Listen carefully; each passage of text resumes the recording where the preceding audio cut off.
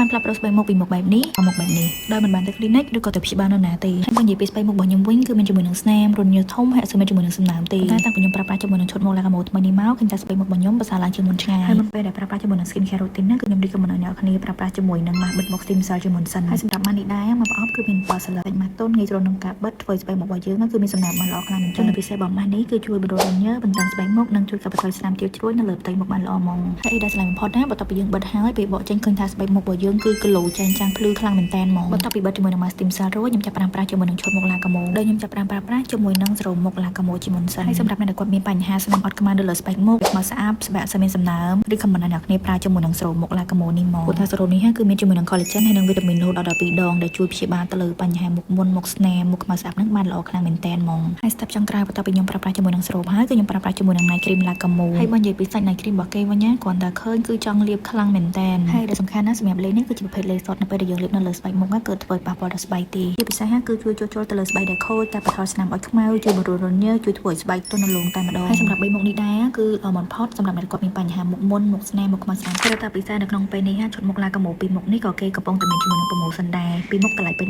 $17ចូលនៅសល់ត្រឹមតែ$13ចំណែក Stem Cell ឡាកាម៉ូវិញក៏មានជាមួយនឹង promotion ដូចគ្នាពីប្រអប់តម្លៃត្រឹមតែ$15ទេអញ្ចឹងសម្រាប់បងប្អូនដែលចង់ធ្វើការកម្មង់ហើយដែលការកម្មង់នៅក្នុងវីដេអូនេះបាន